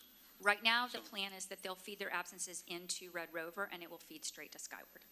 And Okay. so Ultimately they will be going to two systems and they'll be accessing benefits and everything in Skyward, but they'll be reporting absences in Red Rover? Yes, but they're using two systems now for that as well. The great thing, though, is Red Rover will talk directly to Skyward, and it will do it for us. So right now, we're importing a report, and our payroll department is having to hand key all that stuff in, so this way, this will all make it centralized. And Red Rover will talk directly to, but it allows the teachers to request a sub if we do it that way, versus if we go to Skyward first, they have to click a button to go to Red Rover and do it. So it's cleaner to do it the other way. Okay. When are we rolling out Skyward to employees? Is it going to be roughly at the same time? Are they going to be learning are they going to be learning two new systems, interfacing with two new systems at the same time? So we've already begun rolling it out, but we're doing it in small batches. For example, the administration building has already gotten in and is using it, technology services, and then some of our maintenance staff. So we're doing it in bits so we can find out if there was any issues as far as just the learning of it. But yes, by fall, we'll be going, everyone will be using it. And as Angela said, we looked at both ways with the Red Rover and Skyward. Now, once we have Red Rover, online, functioning, we may find it's easier to go another direction. But right now, that's kind of our plan.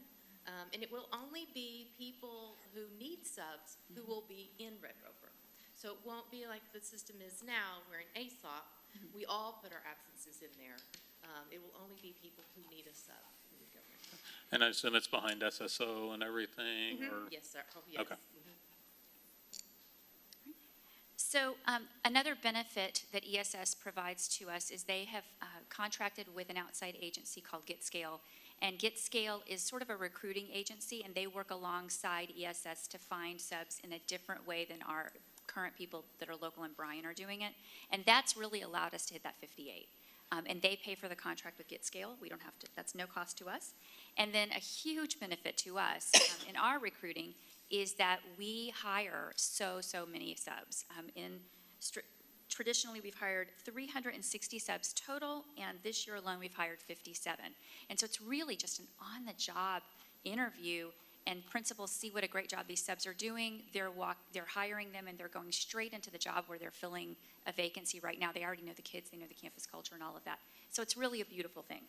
And ESS is so gracious to allow us to hire their really great people.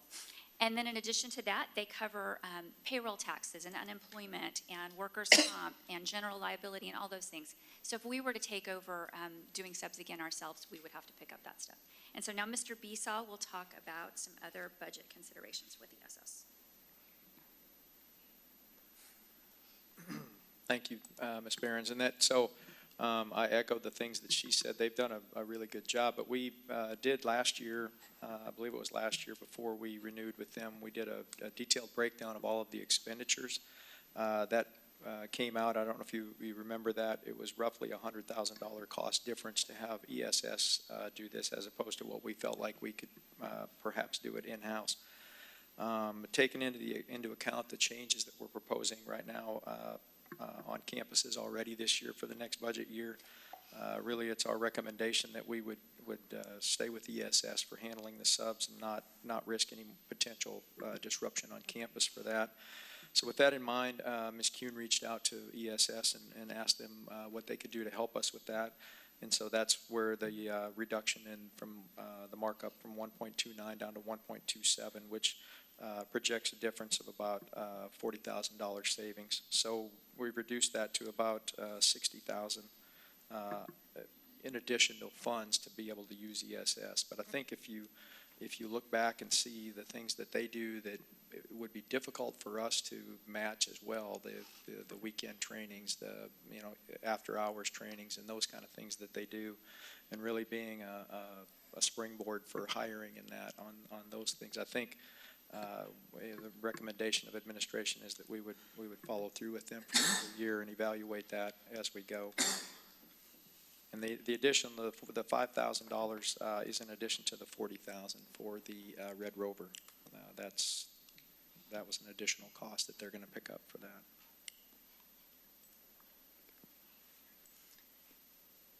So I happen to remember once upon a time before we had them, we did it in-house.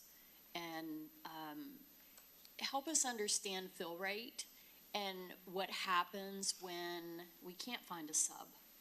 That's a great question. When we can't find a sub, the teachers have to take on additional students or they give up their conference periods. So frequently on the elementary campuses, they split classes among the teachers.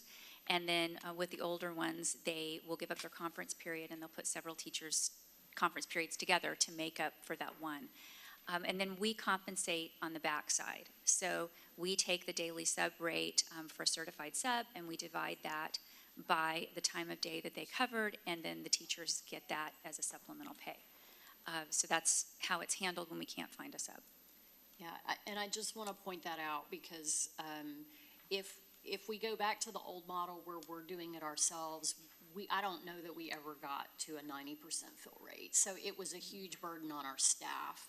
And as we move into this next school year and we're asking people to, you know, we're changing things around, you know, they're going to have, in some cases, going from a conference period and a planning period down to just one.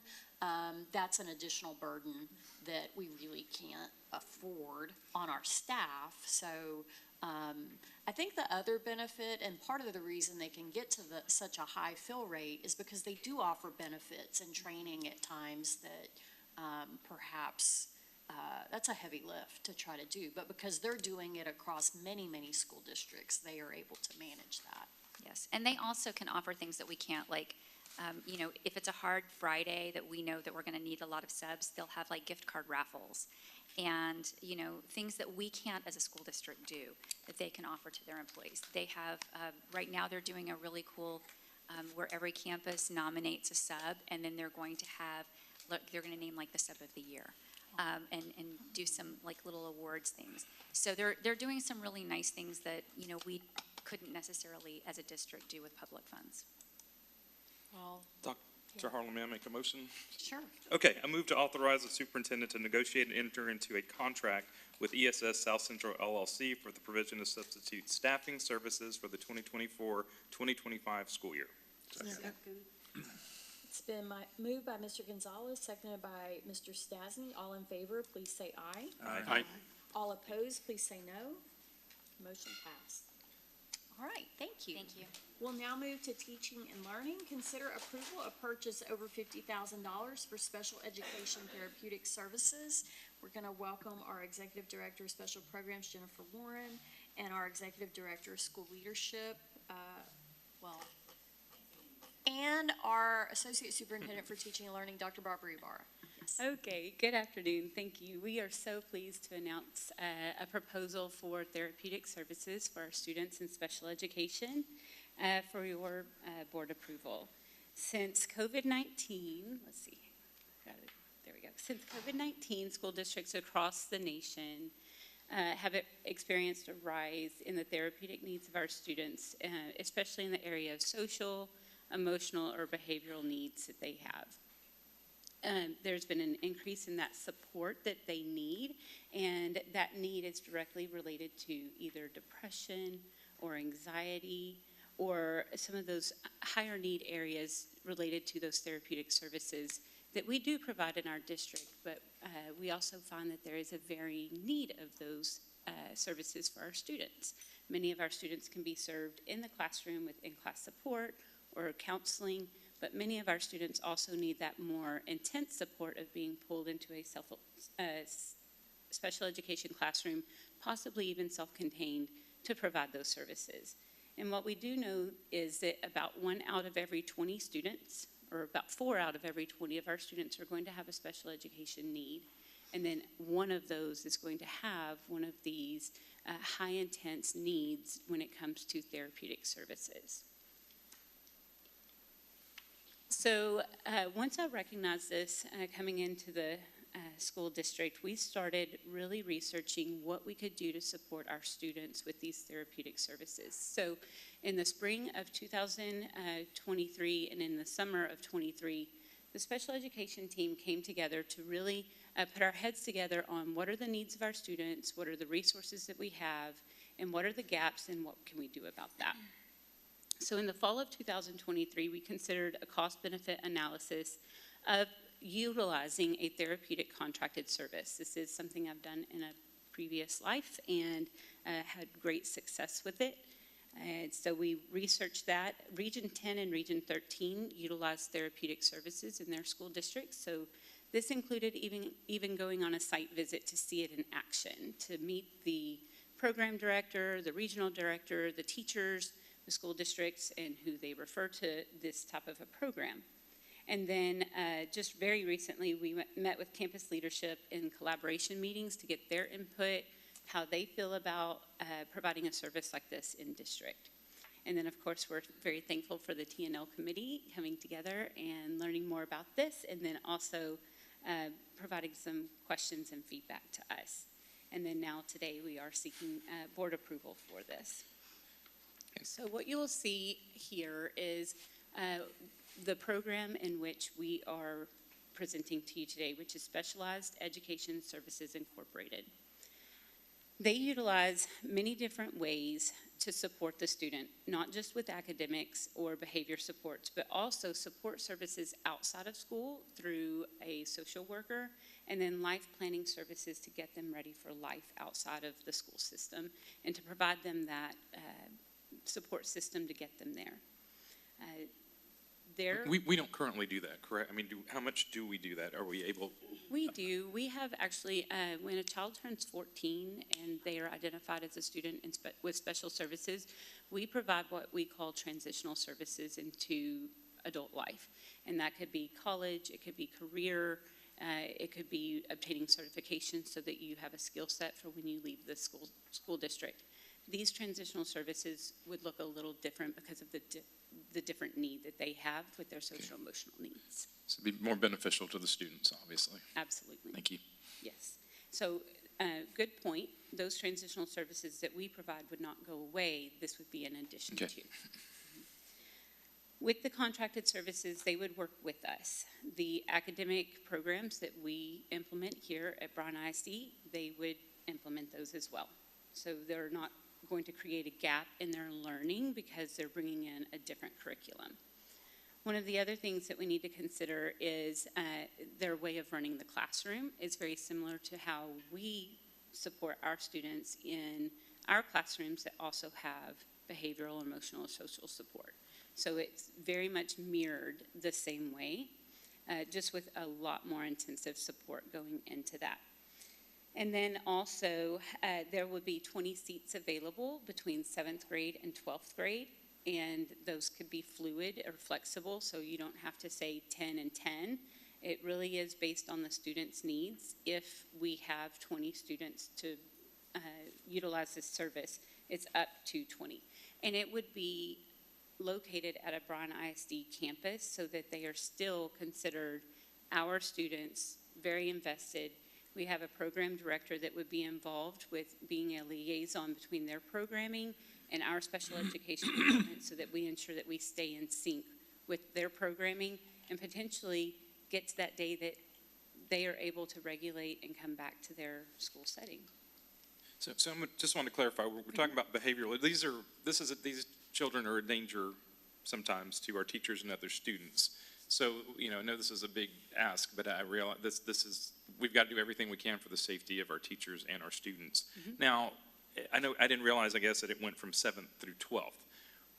Did we just deal with our own up through sixth grade? I mean, what is the plan with that? Right. So when we started looking and researching into this program, we looked at where were our biggest needs. Okay. And we do have behavior specialists, and they are right now spread across all of our campuses. This would alleviate them to be able to support more at the elementary and intermediate level and give that more intense support there. One of the other things about this is it would provide a model classroom for our teachers and staff to be able to go and visit and potentially bring those things back to the classroom. In fact, SESI, which is the Specialized Education Services Incorporated, they will tell you that they don't plan on staying in a school district full-time forever. They want to equip us so that they can draw back, and we take on that responsibility once our staff have learned that skill set. And I heard you about safety, so that's the next slide. Yes, so their methodology about selecting students and who is going to be served in this program has everything to do with the safety of the student. It is students first.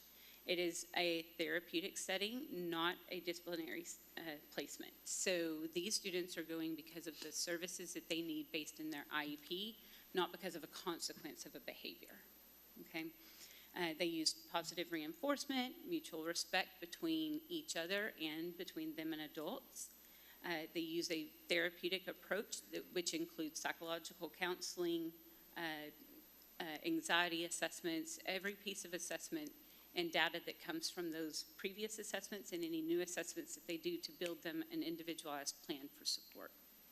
And of course, everything would be data-driven. Nothing would be considered on a feeling or in that way. Everything would go through ARD. Data would drive that decision. Parents absolutely involved in this whole process. It would include visits to the classroom so that parents feel very comfortable about where they would be going, and an open door policy for what that would look like. This contract would include a program director that stays on site, that is a liaison to our special education department, 2 special ed teachers, 4 assistants, 1 social worker, and 1 climate worker. And what you can imagine with the climate worker is that person who's controlling the gauge of anxiety or behaviors in the classroom and ensuring that we're putting those things in place to keep the energy level down. And then on top of that, what's not here is that there's also a regional director that's here with our Houston and Austin schools, and we would be looped in that, so that program director is also ensuring that their policies and procedures are being followed on their side of things. Also with the methodology, any student who is recommended for this program, these things would be considered for them. First of all, there has to be a partnership with the parent, and it has to be an ARD committee decision. We'll look at the safety of the student and the setting that they're in, and any placement history. And what I mean by that is if they've had a history of residential placement or any CPS custody, anything that would allow us to see that maybe this is a comparable service for any services that they're coming to us with. And then moving on from that, what you'll see is that with the maximum of 20 students in this program, 7th through 12th grade, when the students have gained the skills that they need to be able to regulate themselves, they do have the opportunity to go back to their home campus or whichever campus they came to the program with, or there is a possibility, if they're the right profile of a student, to also then go to MC Harris. And of course, that would be based on credit recovery, where are they at, what grade level, are they at risk of dropping out if they go back to the comprehensive high school. And then with our site visit to the Plano school, this was exciting for our staff. When they came back, they were on fire. They said this looks so similar to what we implement in our classrooms, just with so much more intensity. So what you'll see is the classroom model is set up very similar to what you'll see in many of our other classrooms. There's teacher-directed instruction, there's independent seat work, there's small group reinforcement, and then there's a technology-based workstation. They do 20-minute rotations so that the students can accomplish small goals and get that sense of success and then move on to the next station. Many times they are working alone with a goal to reach so that they get that intrinsic motivation to complete something, but then also on those harder tasks and counseling, they're with someone that is helping them through that service. So I'm sorry to keep asking questions, but real quickly, we talked about substitutes a minute ago. Do they have a guarantee if one of their If you're getting to that, then I'll just. You're fine. No, that's a great question.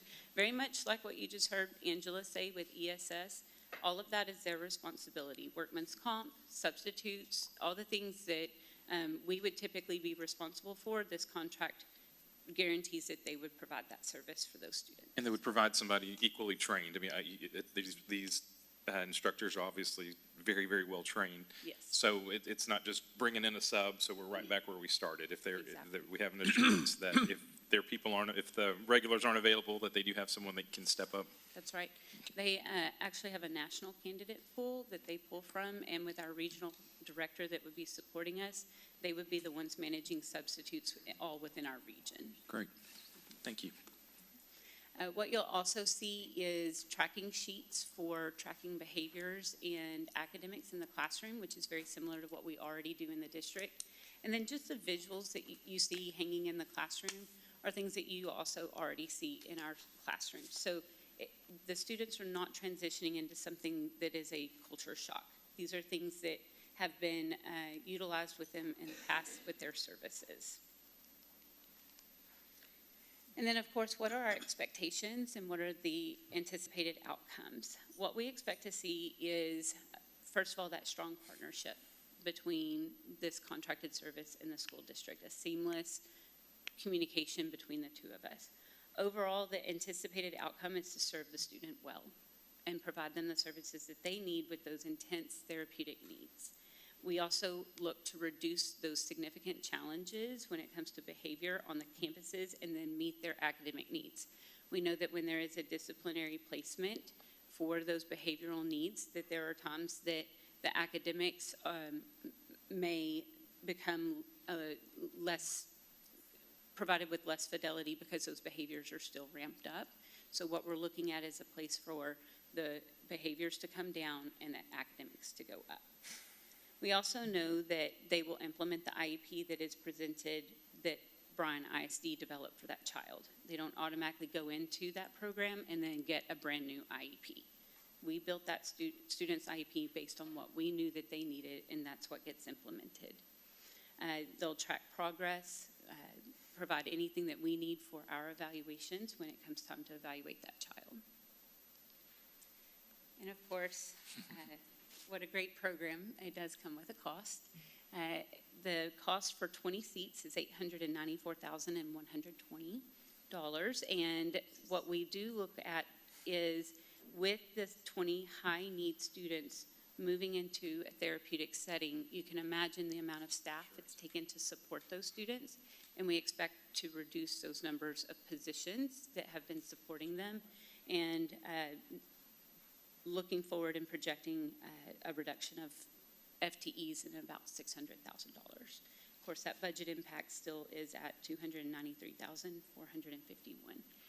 The funding sources for this, those positions that came out of IDIB, which is our special ed department funds, would just move over to this contracted service. But then also we're exploring other local funds and then other funding opportunities that we might be able to apply for to help pay for. How long does it take for us to realize that $600,000 savings? Do you all have any idea? I know you said through attrition. Is that 5 years, 2 years, a year? I know it's hard to pinpoint, but is that pretty quickly? The majority of it would actually be pretty immediate. Since we have vacancies in those positions already, we would just reduce those positions. Great, thank you. And then the rest would be through attrition. Well, and my question's related. I think this sounds like something we need no matter what, I have to say, but based on the numbers of people that they're providing, it seems like that's a big number, the reduction. So if y'all are confident about that, fine. If that's, I understand it's probably somewhat of an estimate, but it does sound like a pretty large number considering how much staff they're providing to us. The large number for the reduction. The reduction? Yeah. Right. So what we're looking at is a reduction of 4 teachers and 11 IAs if we were able to do this contract. And what we find is that we are pulling in more people to serve the student than what this contracted service would be able to do, because one person brings such a larger Okay. skill set to the table. Okay. So it's an opportunity to really have some specialized, high-skill people managing these children with truly special behavior and academic needs. Yes. From a safety and security standpoint, just a couple of questions, not related to necessarily the students, but the staff that they're bringing in. Will go through our safety and security training as required? Are they going to have Bryan ISD badges, or have we gotten that far yet, or? We have in some ways. What we do know is that they will have a badge that will allow them to get into the very specific part of the building where this program will be housed, which you'll see here is at Milam, but it'll have its separate entrance, so they won't have access to all the other parts of the building. The caveat to that is if a student has developed their skill set and is ready to move towards their home campus, that person from the contracted service will go with them to some degree before they just send them on their own, do a slow release, and that person may need access to that building, but we can manage that as well. We do know that they'll go through our de-escalation and restraint training. They'll go through our safety and security. There are many trainings that they will have to go through just because they're on our campuses serving our kids. And I'm just wondering, from a different badge, especially if they're going to a different campus, from a security standpoint, from an SRO standpoint, if we're introducing different badges, of staff that will be there, if it's not going to be the standard Bryan ISD badge or some derivative of that, then something to think about. Absolutely. Just to make sure that they're going to be welcomed appropriately on those other campuses.